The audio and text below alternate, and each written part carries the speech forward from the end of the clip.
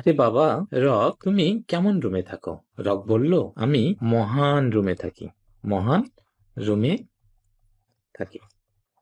তাহলে রক কেমন রুমে থাকে? রক মহান রুমে থাকে। তাহলে রক মহান রুমে এই চমৎকার কৌশলটির মাধ্যমে 7 জন বিশিষ্টের নাম এবং তারা কোন সেক্টরে যুদ্ধ করেছেন তা আমরা খুব সহজে বের করব। চলুন আমরা বের করে ফেলি। তাহলে প্রথমে রক, রকের রতে হচ্ছে রোফ, তারপর হচ্ছে কতে হচ্ছে কামাল। রক মহান, তাহলে মতে হচ্ছে মতিউর, মহান হামিদুর, তারপর নতে নূর মোহাম্মদ শেখ।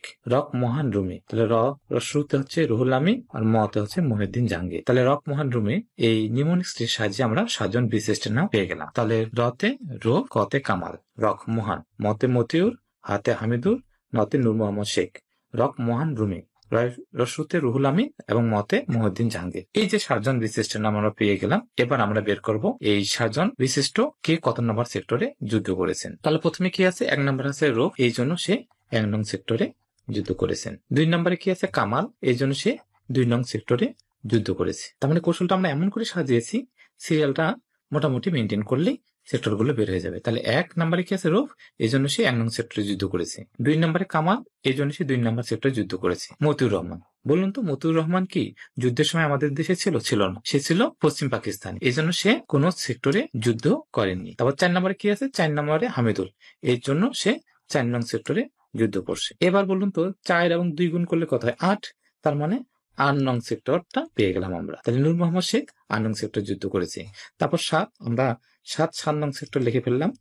তাহলে বাকি থাকলো কি? রুহুল আমিন। তা রুহুল আমিন বানানে কিন্তু হ আছে। বলুন তো হ দেখতে কি 2 এর মতো, এই জন্য সে 2 নং সেক্টরে যুদ্ধ করছে।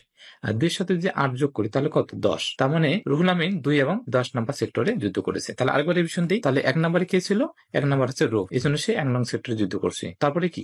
তাহলে কতে কামাল, কামাল কি 2 নম্বর সেক্টরে যুদ্ধ করেছে। তাহলে রোফ 1 নম্বর সেক্টরে, কামাল 2 নম্বর সেক্টরে। যেহেতু 1 নম্বরে সে আছে এই জন্য 1 নম্বর সেক্টরে, আর কামাল 2 নম্বরে, এই জন্য 2 নম্বর সেক্টরে যুদ্ধ করেছে। এরপরে মতিউর কোন সেক্টরে যুদ্ধ করেনি, এজন্য কি? ক্রোশ। তারপর হামিদুল 4 নম্বরই থাকবে। এবার 4 দুগুণে কত হয়? 8। এই যে নূর মোহাম্মদ শেখ 8 নং সেক্টরে যুদ্ধ করছে। আর রুহুল আমিন হ দেখতে কার মতো? 2 এর মতো। তাহলে 2 নং সেক্টর আর 8 এর সাথে 2 যোগ করলে কত হয়? 10। তার মানে 8 এবং 2 যোগ করলে হয় কত? 10। তার মানে সে 2 এবং 10 নম্বর সেক্টরে যুদ্ধ করেছে। আর মহিউদ্দিন জাহাঙ্গীর 7 নম্বর সেক্টরে যুদ্ধ করেছে। তার মানে 7 নম্বরে আছে, 7 নম্বর সেক্টরে। তাহলে চমৎকার একটা কৌশল আমরা শিখে ফেললাম। রক মহান রুমে এই নিউমোনিক্সটির মাধ্যমে 7 জন বিশিষ্টের নাম এবং কি 7 জন বিশিষ্টের নাম এবং তারা কত নম্বর সেক্টরে যুদ্ধ করেছেন সেটা। এখানে আরেকটা বিষয় আমরা শিখবো, যেমন প্রথমে আছে এজন্য সে সর্বপ্রথম শহীদ হয়, আর শেষে কি আছে? জাহাঙ্গীর, মহিউদ্দিন জাহাঙ্গীর, এই কারণে সে সর্বশেষ শহীদ হয়। তাহলে প্রথমে যে আছে তিনি প্রথম শহীদ হন, আর শেষে মহিউদ্দিন জাহাঙ্গীর আছেন, এই জন্য তিনি সর্বশেষ শহীদ হন। তাহলে চমৎকার চমৎকার কৌশল দিয়ে আমরা আমাদের বইটি সাজিয়ে আরেকটা কৌশল আমি আলোচনা করতে যাচ্ছি। সেটা হচ্ছে এই যে 7 জন যে বিশিষ্ট আছে, এই 7 জন বিশিষ্ট কোথায় জন্মগ্রহণ করেছেন এবং কোথায় কি সমাধি হয়েছে। প্রথমে 1 নম্বর কেসে রূপ, তাহলে রূপ বানানটা লিখি। তাহলে র আর কি আছে? ফ। আর বলুন তো র দিয়ে রাঙ্গামাটি লেখা যায় না? রাঙ্গামাটি লেখা যায়, রাঙ্গামাটি লিখলাম। আচ্ছা, এবার বলুন তো ফ দিয়ে কি ফরিদপুর লেখা যায় না? ফরিদপুর। আচ্ছা, এখন প্রশ্ন হতে পারে রাঙ্গামাটি ফরিদপুর তো পেয়ে গেলাম, এখন কোথায় জন্ম কোথায় সমাধি? এখন বলুন তো মাটি কি সমাধি যখন হয় তখন মাটির প্রয়োজন হয় না? এই জন্য রাঙ্গামাটিতে তার সমাধি। তাহলে ফরিদপুরে কি? ফরিদপুরে জন্ম।